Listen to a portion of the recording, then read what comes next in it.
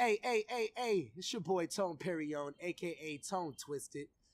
And I'm Freeman, aka Freestyles. We're bringing y'all that real hip hop from Asia to international, global, worldwide. You are now watching Cool Style. Let's get with it. Rap of China, you know it. Yes. I know it. Yes. Your grandma watches it. Hell yeah. My IE is like the biggest fan. You know what I'm saying? Everyone's hip. Whether you like the show or not, what's inarguable is that, boom. Exposure. Explosion of exposure to hip hop all over fucking China. Well, ICE spent 3 billion RMB on it last year, so hell, hopefully it had to do something, right? I feel like it's great. In my opinion, it's huge for the culture, right? Now, we've seen this massive explosion happening, and then, of course, government came through with the ban. Yes. Earlier this year, late last year. Our boy PG1, right? PG1. Yeah. So, y'all know the story. We don't got to tell you. But as far as the band is concerned, how real is this? Since after the ban, you're still doing your music. I'm still listening to my thing. They haven't banned my QQ music of all the rap songs on the platform. I'm still reading WeChat articles about it. How severe is the ban? Or is there a ban just a word to scare people off and say, hey, you gotta work proper now. Yeah. You gotta do the right song. You gotta make sure your message isn't about anything dirty. And I think that's the biggest point. Kind of an admirable thing, right? Like, hip-hop does not represent just, fucking bitches, getting money and doing drugs. Yeah, all gun violence. And gun violence and, you know what I mean? All of the negative things that have been in materialism, the negative things that have been associated with it. You know what I mean? And I feel like China doesn't want that to be associated with it at all.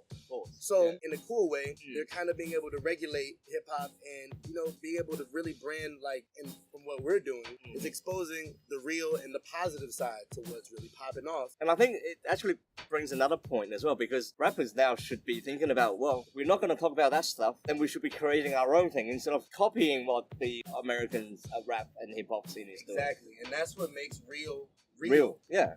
Be yourself. Be yourself. To me, I think that's a great thing. But at the same time, though, from a stumbling perspective, we also had some over-commercialization of the hip-hop genre itself. We've got toothpaste, washing powder, pantry goods. Everyone wanted to do a hip-hop commercial last year. Yeah. To me, that's not just wrong, it's just irrelevant. That's crazy. When we had Alibaba, the Singles Day last year, Pharrell and Chris Wu doing their stage thing, need I say much further, that would not be the brightest point of hip-hop. When I got onto the plane last year, there was this article about how to be a rapper in 7 steps. That caught me off guard in a very big way. That's the impact of hip-hop, both good and bad, of what Rap of China did last year, I'd say.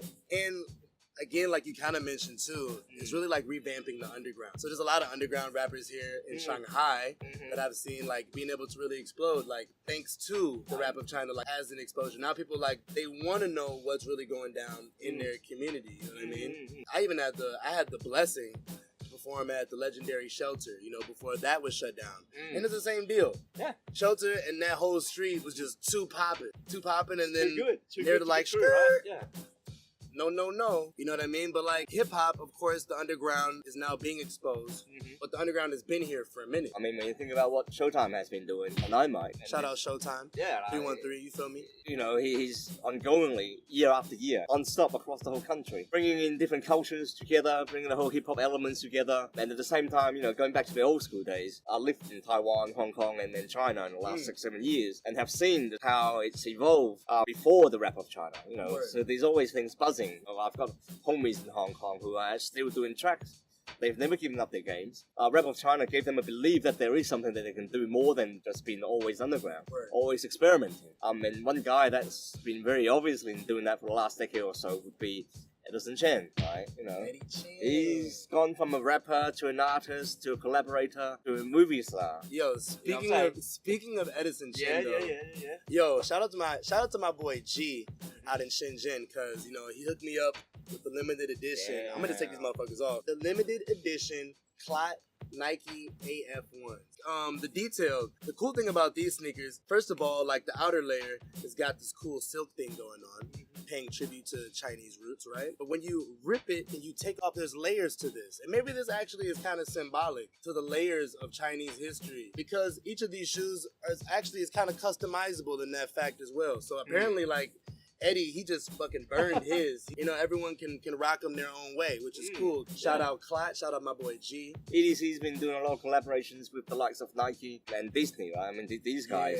knows that he's got the shit, and he knows how to bring stuff back to China, right? You know, with what he did with ASAP in the set last year. I mean, I got tickets, but I showed up too late. Well, I didn't even show up that late. They just shut the shit down so early. Sheesh, you know what? That's the one thing, man. Like, you, as a rapper in China, you can't be late. You gotta actually be on time. You gotta be on time, and you're gonna shut down on time as well. But it's fashion, right? So that's the dopest thing. Like, he's really he was instrumental in streetwear fashion internationally, let alone just China. But now he's being able to bring everything back to basic. And this is why you can't really ban hip hop, right? Because hip hop isn't just music. It's the graffiti, it's the fashion even, you know what I mean? The dance.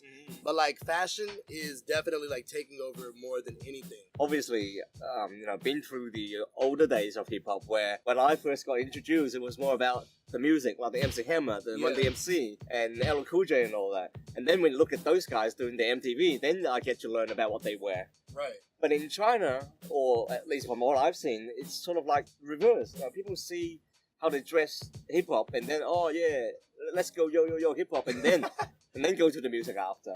Yeah. There's no right or wrong, no good or bad, right? It's just I guess how the music or how the style has been introduced in this market.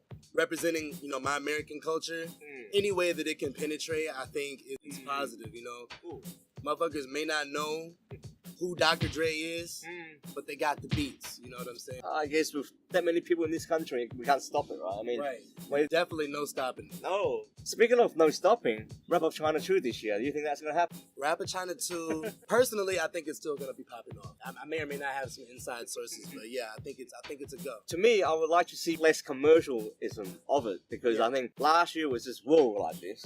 Let's slow down a little bit. Let's bring in the real elements back in, and let's really educate the audience with the music itself. That's what's missing, and that's what I think is going to be necessary. And that also is in line with the whole governmental parental guidance. Yes, I like that word. The big ass sticker that they just threw on PG-15 on rap music, right? Yeah, right? No PG-1 shit. 关注我们，关注我们，关注我们的，关注我们的微博、微信跟 Instagram。关注我们，关注我们，谢谢。